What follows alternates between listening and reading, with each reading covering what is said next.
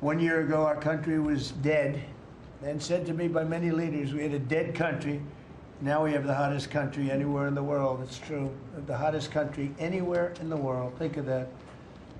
In 4 long years of the Biden administration, there were just $1 trillion of new investments in the United States in 10 months.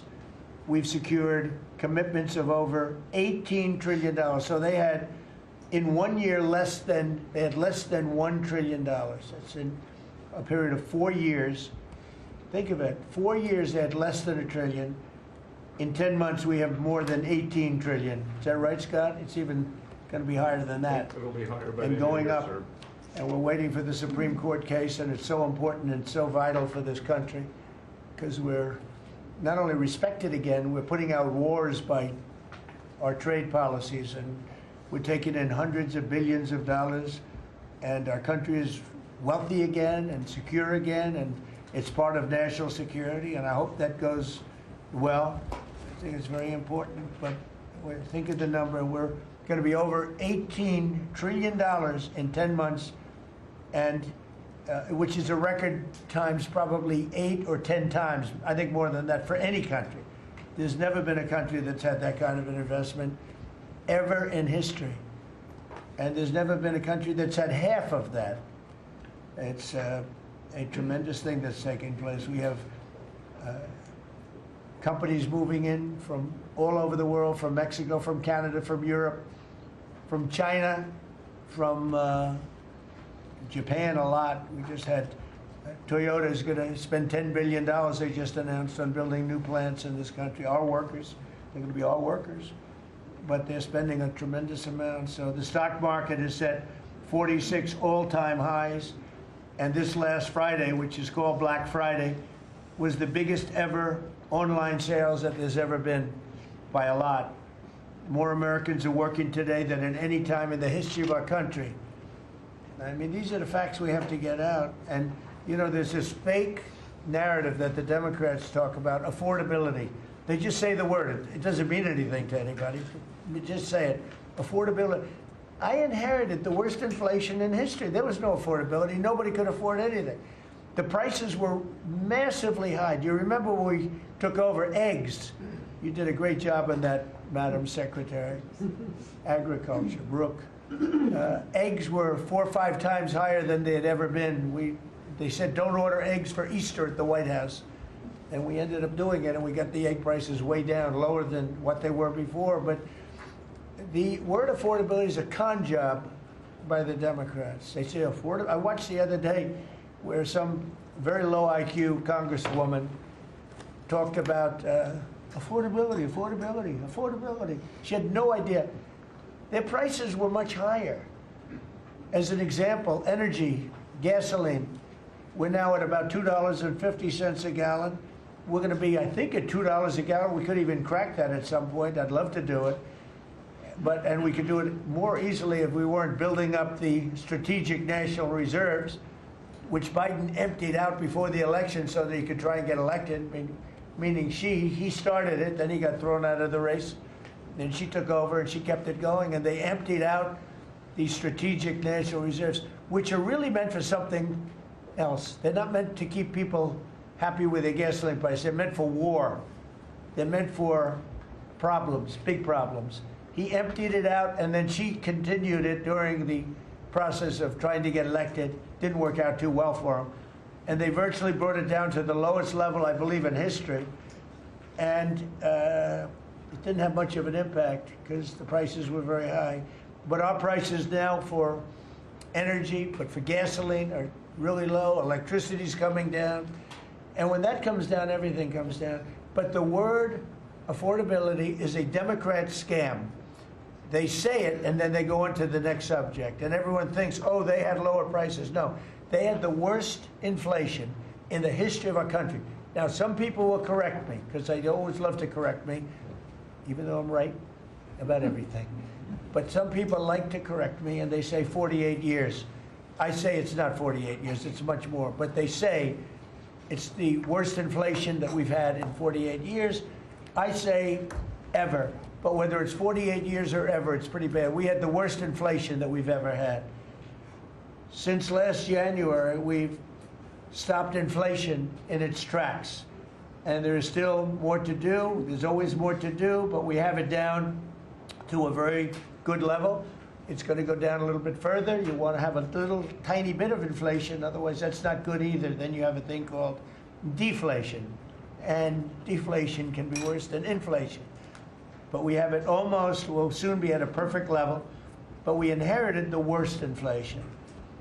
But we have 20 states that are now selling gasoline at less than the $2.75, think of that, $2.75, and it was at $5 under Sleepy Joe.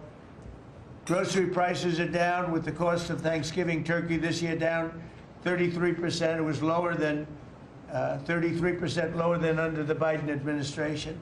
Egg prices are way down 86%, thank you. And mortgage rates, despite the fact that we have an incompetent chairman of the Fed, a real dope, who should reduce rates. I saw even Jamie Dimon said he should be reducing rates. I never saw Jamie Dimon say that. I wonder why he said that. But he really said it because he's right. But we have a guy that's just a stubborn ox who probably doesn't like your president, your favorite president. But they're going to be coming down. We'll be announcing somebody probably early next year for the new chairman of the Fed. I talked to Scott about taking the job, but he doesn't want it. You got the greatest job here. Yes, sir. Right? He said, no, I want to stay chairman. I want to stay right where we are, Treasury. And I think we're doing really great, aren't we? Yeah? We're doing great, sir. It's a great team to be part of. Yeah, no, it's amazing. Under my executive order to lower prescription drug prices, which I think is the single biggest thing we've ever done that nobody writes about because you're fake news. I've made unprecedented deals along with Bobby and Oz and all of the people that work on it. A lot of people that you wouldn't even think work on it, but they do, to slash drug prices by 200%, 300%, 400%, 500%, 600%, 700%, 800%. Nobody's ever heard of it before because I instituted favored nations and no nation agreed to do it. And then I said to the nations, if you're not going to do it, I'm going to charge you 100% tariff, which is more money than we're talking about. And they said, sir, we'd love to do it. Please, we would be honored to do it. And they agreed that they would go along with the whole thing. Nobody thought you could do it because they felt, number one, you couldn't get the drug companies to do it. So we're paying, as an example, for the, let's call it the fat drug, F-A-T, for fat people.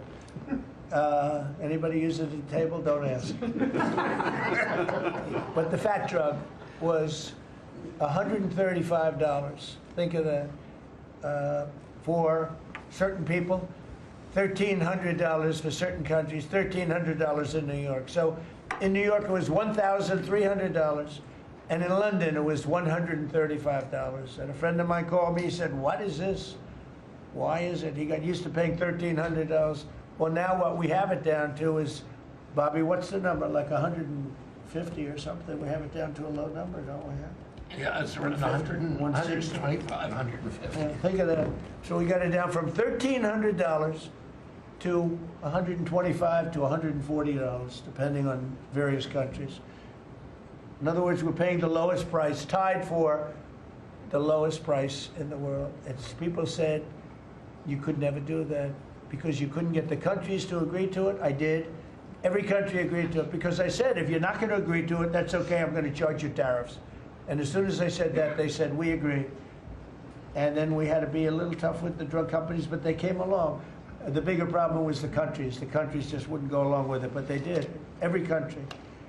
So we have reduced drug prices by 500, 600, 700, 800, 900%, depending on the drug, depending on the company, depending on all of the different factors involved. Nobody's ever even thought of drug reductions like that, price reductions. And I told you the story that in my first term I was so proud of myself because I reduced drugs. It was the first time in 28 years that drug prices were reduced was 1/4%. 1/4%. And I was so proud of myself. I said, it's the first time in 28 years that drug prices went down over the course of a year, over the course of a presidency. 1 year, 1/4%. I had a news conference. I was so proud. Now I got them down, not 1/4%. I got them down 400, 500, 600% and more. And the fake news won't write about it. And it's going to have a huge impact on healthcare because a big part of it's buying drugs, buying prescription drugs. It's going to have a huge positive impact because Obamacare is a disaster. I said it years ago and I say it now. And the money should be paid, taken away from the insurance company. Obamacare was made to make the insurance companies rich. Their stocks have gone up 1,000% in a short period of time because the money goes to the insurance company. I want the money to go to the people. Let all the money go to the people. And let the people go out and buy their own health care. And I see on television, people are advertising now, we will help you buy health care. We will go out and help you buy. That's becoming like an industry because of what I said. So something's going to happen. It's probably not going to be easy because the Democrats, frankly, they don't want to make a good deal for the people. They just want to make a bad deal for the country. They want to make a bad deal for the Republican Party. But the Republican Party is united, and I will say that what I would like to do is the money doesn't go, trillions of dollars get paid to drug companies, and you still have lousy health care. Obamacare is horrible health care. We want it to go to the people, and then let the people go out and buy their own health care, and they'll do great. They'll do great. So we're negotiating that now with the Democrats. Well, congressional Democrats want the largest tax hike in history. I proudly signed the largest tax cuts in American history with the Great Big Beautiful Bill. The Great Big Beautiful Bill, the biggest piece of legislation ever signed, and that includes the extension of the original Trump tax cuts.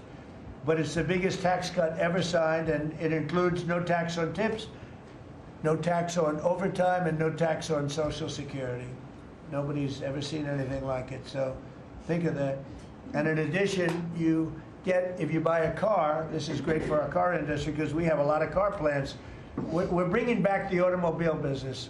60% of it was stolen because we had incompetent presidents or incompetent trade people. But 60% of it was stolen over the years, and now I think we're bringing it all back. I think we'll be bigger than we've ever been in the auto business. That's not even to mention AI, where we're leading China. You know, we're leading China by a lot. They're not going to catch us. We have to be smart, but if we're smart, they're not going to be able to catch us. They know that. They told me that. Next year is projected to be the largest tax refund season ever, and we're going to be giving back refunds out of the tariffs because we've taken in literally trillions of dollars, and we're going to be giving a nice dividend to the people, in addition to reducing debt.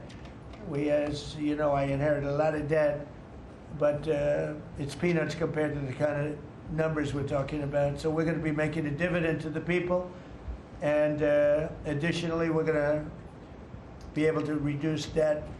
And as time goes by, over the next 2, 3, 4 years, those numbers are going to go up. And I believe that at some point in the not too distant future, you won't even have income tax to pay because the money we're taking in is so great, it's so enormous, that you're not going to have income tax to pay.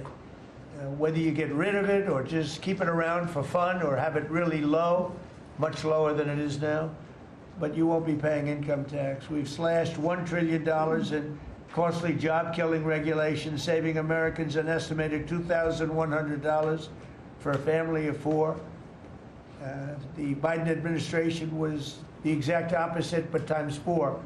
They went up $6,000. We went down $2,100. Think of that. To bring down energy, electricity, and utility prices, I ended the Green New Scam. They call it the Green New Scam, one of the greatest scams in the history of our country. They talked about global warming and all that crap, and what they've done to this country. What they've done by allowing 25 million people into our country, many of whom are criminals, many of whom 11,888 are murderers, and we have to get them out, and we're doing it. We're doing it. I think what the job that our law enforcement groups are doing, Christy, you and Tom and everybody, amazing. What you're doing is amazing. I terminated the insane electric vehicle mandate, and look, some people that make electric cars weren't happy with that. But we have to do that because you have to have a choice, whether it's a gasoline-powered car, and we have so much gasoline. You know, China doesn't have gasoline. We do. And whether it's a hybrid, which really are working really well, the combination of electric and gasoline-driven. But we, everybody was supposed to, by 2030, everybody had to own an electric car under the Biden stupidity. And not everybody wants to do that. I like electric cars. I like all cars. They're all good. They all have reasons. But you want to be able to go and buy what you want. I opposed historic tariffs that are now bringing in so much money that nobody's ever seen anything like it. And countries that were ripping us off, including allies, but they were ripping us off for years. I won't use the names. I won't mention Japan. I refuse to mention South Korea. I will not mention names. But they were ripping us off like nobody's ever been ripped off before, and taking horrible advantage of your country. But now we're making a lot of money. We're making a lot of money because of the tariffs that are pouring in. And it's really national security. Among everything else, it's national security. We've also rapidly turned the worst border crisis in world history. I believe we had the worst border ever in history. I don't care if you had a fourth world country. You know, we allow third world country in. We would allow fourth world war countries in also. It doesn't matter. There was never a border that was as bad as our border. We allowed anybody in with no checks, no vetting.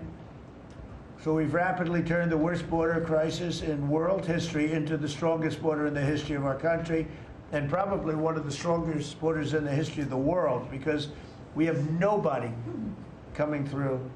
And I want to thank our people. The Border Patrol is so amazing, ICE, and I want to thank the military for the backup, because they're standing right behind them, and that was really nasty for a period of months, and now it's no longer nasty. Now they don't even come up.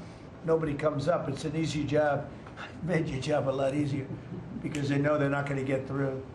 And we take people in, but they have to come in legally.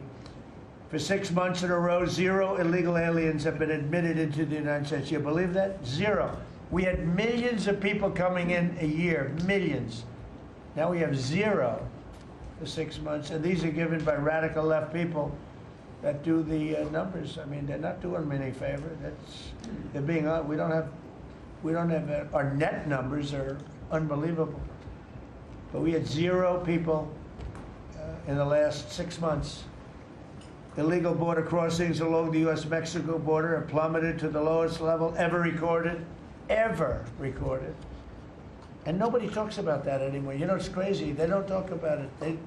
You think they'd say, well, Trump's done a great job in the border. This country is being destroyed by the border.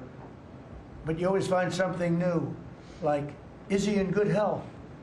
Biden was great, but is Trump in good health?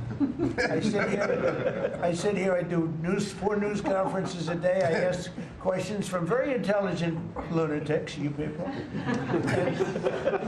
And I give the right answers. There's never a scandal, there's never a problem. I give you answers that solve your little problems. You go back and you can't find anything, but you do stories about Biden was in wonderful health. The guy didn't do a news conference for 8 months. If I go one day, I had one day where I didn't do a news conference, there's something wrong with the president. You people are crazy. I'll let you know when there's something wrong. There will be someday. That's going to happen to all of us. But right now, I think I'm sharper than I was 25 years ago, but who the hell knows? By the way, I took my physical. I got all A's, everything. But they said to me, would you like to take a cognitive test? I said, is it hard? They said, yes. I said, well, I'm a very smart person. Who was the last president to take one? No president has ever agreed to take one. because when you get into the mid questions, meaning 10, question number 10, 11, 12, 28, 30, they get harder and harder. And they said, would you like to do it? I said, well, no reason to do it. Nobody's ever done it. I'll do it maybe, but there's really no reason. They said, sir, the problem is this is Walter Reed Hospital. And that's a military hospital. And that means that things are, sort of open. It's not like private where you have, if you do poorly, we'll have to, probably you'll find out. I said, I won't do poorly. I'm a smart person, not a stupid person. And as the doctor will tell you, I aced it, right, Susie? I aced. I got every question right. And these are tough questions. These are questions that I would say 99% of the people that I'm talking to right now, meaning the people that, from the fake news, would not do well in those exams. But I'm the only one that took it. I got every single question right. And then I read in the New York Times, is Trump sharp? Trump is sharp. But they're not sharp. That's why they're going out of business, the New York Times. I hear that they're losing so much money, it's ridiculous. They're a bunch of fakers. But we have, we can never let another thing happen like what happened to us with a fake election, with a rigged election, where a guy like Joe Biden assumes the presidency. Because the man was grossly incompetent. And he was incompetent 30 years ago. But he was really incompetent for those last few years. And our country was put at great danger because of it. So for 6 months in a row, we had 0 people. Illegal border crossings along the U.S.-Mexico border have plummeted to the lowest level ever, ever, ever. Think of that. And the net benefit to our country is enormous, incalculable. America is strong and respected again. On the world stage, we're really respected. In fact, I went to a NATO and they were calling me the president of Europe. We're doing very well. We have a lot of respect. As you know, we have a problem with a war that our people are trying to settle now with Russia and Ukraine. We are not involved in the war monetarily anymore. Biden gave away $350 billion like it was candy. That's a massive amount of money. And much of it in cash, a lot of it in equipment. I don't give away anything. We sell the equipment to NATO. The European nations pay us for the equipment, 100% price. And then they bring it to Ukraine or whatever they do with it. But we're trying to get that settled. I've settled 8 wars. This would be the 9th. And our people are over in Russia right now to see if we can get it settled. Not an easy situation. Let me tell you what a mess. It's a war that never would have happened if I were president. Not even a chance. And it didn't happen for 4 years. We've renamed the Department of Defense the Department of War, and I thought that would be controversial. And frankly, I tell you what, I haven't met one person, there's not one person I've met that doesn't like it. Think of it, we won World War I, World War II, everything in between, everything before it. And then we said, let's change the name. So we changed it back to what it was, Department of War, and Pete's doing a great job. We ended 8 wars, think of that. 8 wars, but we're going to do one more, I think. I hope. Every time I end a war, they say, if President Trump ends that war, he's going to get the Nobel Prize. So I end that war. Well, he won't get it for that war, but if he ever gets it for the next war, now they're saying, if he ever ends the war with Russia and Ukraine, he's going to get the Nobel Prize. What about the other 8 wars? India, Pakistan. Think of all the wars I ended. I should get the Nobel Prize for every war, but I don't want to be greedy. Actually, the woman who got the Nobel Prize said, "You've got to be kidding. Trump deserves the Nobel Prize." So that was very nice of her. I appreciate it, which is true, actually. But I don't care about that. You know what I care about? I care about death. I care about all the people that are dying. And last month, 27,000 young people died, mostly young people, mostly soldiers, despite some missiles being shot into Kiev and other places. But think of it, mostly young people. 27,000 people died between Russia and Ukraine last month. What a shame. So we're restoring law and order to our cities and towns. If you look at what's happened, and I want to pay my deepest respects to those 2 incredible people from the National Guard in West Virginia they came from. I spoke to their parents. Sarah is gone. She passed away. She's looking down on us now, and she loves her parents, and they loved her. They were, somebody said, how are they doing? I said, the word is devastated. Doing. How are they going to do? They're devastated. The rest of their lives they're going to be devastated. She was an incredible person, highly respected, top of her class, everything. She was like a perfect human being. 20 years old, just started. She was like a baby. She was so proud. They were giving her a promotion. And she told the parents that she was getting a promotion, and they were so proud of her. Then they get a call that this happened. And we have one young man who's fighting for his life. He's fighting very hard. I think he's probably doing better than anybody. They said he didn't have a chance. I'll tell you, the one who said he's going to live is his mother. Spoke to his mother. Sir, he's going to live. I spoke to her very soon after this horrible event took place with this scum that is able to come into our country. I spoke to his mother. Sir, he's going to be okay. I'm telling you. No doctor thought that. Nobody thought that. He was hitting bad places, and she was like so positive. It was incredible. And it's possibly right, Pam, right? Possibly right. Boy, it would be amazing. If he lives, it would be amazing. A miracle, actually. But we're very proud of those two people. We're very proud of the National Guard. We're very proud of our military and our police and our firemen and women. If you go back and take a look a year ago, year and a half ago, it all changed, I think, on November 5th, the day of the election. But you go back before that, you couldn't get people to join the military, Pete, right? They didn't want anything to do with military. They wanted nothing to do with joining the police or the fire. They wanted nothing to do with anything. They had no spirit. The country it had no spirit, nothing. And now we just had the highest recruitment in history, and we're getting great people. We're getting great people. And I will say, despite what just happened, Washington, D.C. has become a really safe place. And I guess this lunatic probably was upset that the National Guard is so effective, because we were really, really effective, and we are. And Washington, D.C. is now considered a very, very safe city. We had crime numbers a year ago that was so bad, embarrassment, that the city, the capital of this country, could have numbers like that. And Washington now is, I mean, no murders, no this. It's been a miracle also what happened here. And now we're in Memphis, and we're going to New Orleans pretty soon. Over there, the governor called me. He'd like to have us go there. Governor Landry, great guy, great governor. He's asked for help in New Orleans, and we're going to go there in a couple of weeks. And we're doing a real job. Even Chicago's down a little bit because we have a minor force there. We could knock it down within 4 or 5 weeks. We could bring it down to almost nothing.